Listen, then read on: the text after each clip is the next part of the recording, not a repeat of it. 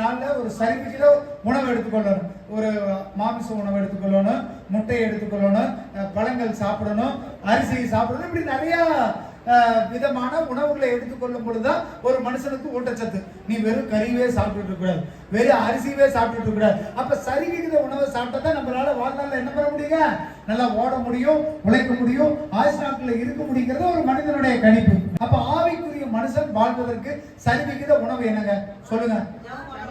ஜெபம் பண்ணணும், வேற பைபிள் படிக்கிறது, உபவாசிக்கணும், ஆலயத்துக்கு வரணும், அப்புறங்க நிறைய விகித எல்லாம் சேர்ந்ததுதான் ஒரு ஆவிக்குரிய மனுஷனுக்கு தேவை. அதை எல்லாத்தையும் கொடுக்காம எதையோ ஒண்ணு செஞ்சுக்கிட்டு ஞாயிற்றுக்கிழமை ஒரு நாள் ஆராதனை மட்டும் வந்து உட்காந்துட்டு போறது கிடையாது. அப்போ சரிவிகித உணவை உங்க ஆவிக்குரிய மனிதனுக்கு நீங்க கொடுக்குறீங்களா? கேள்வி கேளுங்க. அப்போ ஒரு ஆவிக்குரிய மனுஷன் வாழ்வதற்கு ஒரு போஜனம் தேவை. அந்த போஜனம் தான் வார்த்தை. அல்லேலூயா.